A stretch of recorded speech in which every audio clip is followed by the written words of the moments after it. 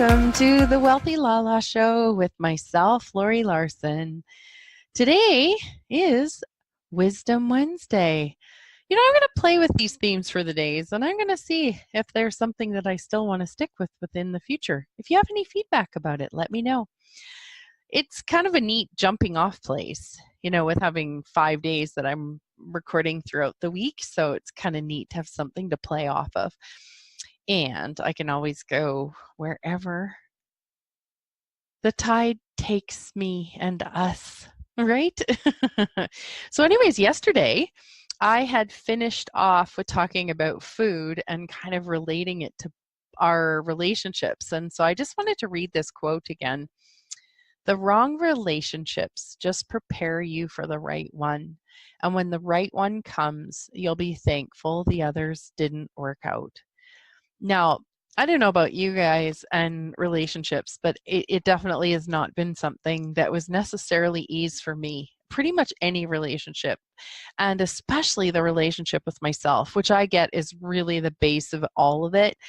So it wasn't that there was anything wrong with me or that was wrong with the other people. It's just when you don't have a sense of the relationship with yourself, it's really hard to create anything from that. So imagine if you built a building or if I'm going to go with the cooking route, because that's kind of what I wanted to come back to today. It's like if you're going to make some muffins, like I talked about yesterday in my show, if you're missing the flour or you're missing, say the eggs, or you forget the fruit or something, from that whole point, you're not going to be creating something greater with it all. It's like the muffins just aren't going to turn out. And I wonder if that's very similar. I see that being very similar with regards to food and cooking. Like, do you guys get that? And what I find is really interesting about looking at it as food is you don't take it personally when it's food. So say you've got a friendship and you've been friends for, 10, 15, 20 years, 1 year, and you've had a really great time. Maybe your kids played hockey together. Maybe you guys lived in the same community. Maybe you went to school, like high school or post-secondary school with them, and you had a lot of fun with them. And then life changes. You either move or something happens in their lives. Like maybe you were friends with another couple and they're no longer together. Maybe you're no longer with your spouse and things change. And, when I look at it with regards to food, and it'll be just like, well, today I feel like having Chinese food. Tomorrow I feel like having, I love Vietnamese food. I really do. I'm kind of on that, but I don't even, again, want that every day, right? And then you could look at like hamburgers. I love me a good hamburger. Bacon, mushrooms, tomatoes, cheese, like that's onions. That's my kind of thing. Lettuce. Okay. My mouth is watering. But I don't want a hamburger every day. And I wonder if that's what it's like with people, is we don't want to hang out with the same people every day. And isn't it funny? Because like, even as I say that, it's almost like I shouldn't be saying that. You should want to get along with everybody. Like, where did that come from? Where did that come from, that we had to get along with absolutely every person and everybody, that we're revered if we get along with everybody? What if we're not supposed to? What if this, like, could you imagine if we tried to befriend the 7 million billion people on this planet and get along with everybody? Like, we wouldn't even have the resources even to just look after ourselves, let alone the resources to look after me. Like, honestly, I mean, I've been married to a guy, my hubby Steve, for almost 31 years. We've been together, living together for 32. We've been dating for almost 37. I mean, honestly, and not every day do him and I, well, like, it takes an amount of presence, an amount of beingness, an amount of awareness and choice to keep creating something greater with that. I mean, I know with him and I, we've had so many changes over our lives. Like, we started dating when we're 16. We're in our 50s now. We're both the same age. So we met in high school. Like, seriously, that's almost 40 years ago that we've known each other. And we were at such a different time in our lives. Well, such a young time in our lives. And one thing him and I have always had is the love for each other. We got this crazy ass love for each other. And it is really fun, that part. And we've been really fortunate to have that part, in the fact that him and I both are good with the fact that we, hopefully stay together till one of us dies, one or both of us, who knows how that happens. And yeah, and my reason for being kind of awkward about that is just that, I don't make it wrong anymore, like if someone doesn't stay together, and I don't make it right if people do stay together. So that's where that sort of awkwardness can come in sometimes, is I just want people to know that. Like, I don't make anybody wrong if I've only been married for a year and you divorce, or been married for 30 years and you divorce. Hey, not my circus, not my monkeys. What I've noticed for my hubby and I is it's like we've had, and I read this just recently and I thought it was so cool. It's like sometimes within a relationship, you have many different relationships. So to the outside world, it would look like we've been together and have this lovely life together. And we have 3 kids and 2 grandkids and another one cooking, and we get to see them and stuff like that. But within our own home and with each other, we have had some really big changes. And I mean, especially when we refer back to the fact that, and I've mentioned this on previous shows, is that about 17 years ago, I was diagnosed with a disease that created a lot of lack of ability in my world, a lot of disability. There's a lot of things I wasn't able to do, and I needed to end up quitting my career. It wasn't just because of the physical ability and having a challenge keeping up with it. There was a lot more to it than that.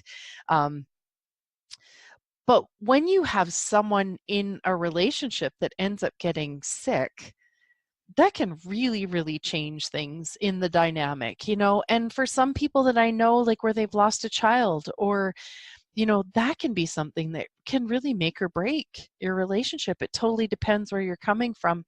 And I love to always ask about, what's right about this? Like, if you're a couple that didn't stay together, what's right about that? If you're a couple that stayed together, what's right about that? Like, we're not a one-size-fits-all universe. And God, wouldn't it be boring if we were? And that's when I come back to the whole smorgasbord of like eating different foods and having Indian and Asian and Vietnamese and Thai and Western food, and then a good steak, and then, oh my gosh, I know I'm not even coming close to all the different kinds. Like you have the Ukrainian, and then you got all the other countries that have their own what do you call those?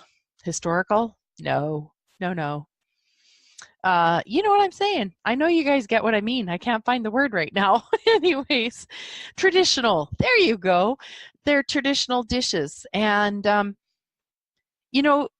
I was raised with a lot of Ukrainian food throughout my life. I could give or take whether I have it now. It's kind of like been there, done that, I will still make it for my family. If they enjoy eating it, I enjoy cooking it for them, but I don't really need to have it. I kind of eat different things now, like if I could have Vietnamese food probably like 4 times a week, I'd probably be really good. So maybe I need to learn how to cook that. But then sometimes it's still just nice to go to a restaurant and be served, don't you think? That makes the joy in life, is going to all these different Vietnamese food restaurants in and around Edmonton, Alberta, which is, where I live. I live on a farm northeast of Edmonton, about an hour. And so I like to go into Edmonton. And then, of course, I've been to Winnipeg and gone to a really good one. I've gone to Calgary, and Fort Saskatchewan has a really good one. It has 2. One is really, really good. So anyways, like, what if life is meant to be variety? What if it's meant to be joyful? And there is going to be some relationships in our lives that are going to stay the course and, be long standing, like in this 10 seconds is with me and my hubby. And what if there is other relationships in our lives that come in for, what do they call them? A reason, a season, or something like that. And what if that can be okay? Because I don't know about you guys, but I really, really, really judged myself when what I would call it looked like relationships didn't work out. I kind of made a mess of some of them because I just didn't know how to handle it. But again, in not knowing how to handle myself, not knowing how to handle intensity, not knowing how to handle discomfort, stay present with it, have tools with it, know how to handle anger or sadness or disappointment or discouragement, in not having those tools, I could really see in some cases, man, I made a mess of things. I really did. And I'm actually really grateful that I don't judge myself for it anymore. And that, it was, as the quote says, oh, the wrong relationships just prepare you for the right one. And when the right one comes, you'll be thankful the others didn't work out. And so Jay Shetty posted that on Facebook. So that's not my quote. I'm not sure where he got that quote from. And, and I don't necessarily say, right relationships or wrong relationships, because to me, that's still even a judgment. But what if they're just relationships that come through for a season? They come for just a time, and some is for a day, some is for a lifetime, and some is for a month, some is for just while you work at a facility. Well, for me, it was a facility because I worked in hospitals. And what if it's not wrong that you move on and you go to different places with people and or all different kind of choices? And this is where I love to tap in to the energy that my grandson is. So my one grandson, Parker, who's about 2.5 right now, I watch him navigate the world, and he is so incredibly present and with so many people. He's just, he's adored for that. It's so fascinating. And he just will be and go to anyone.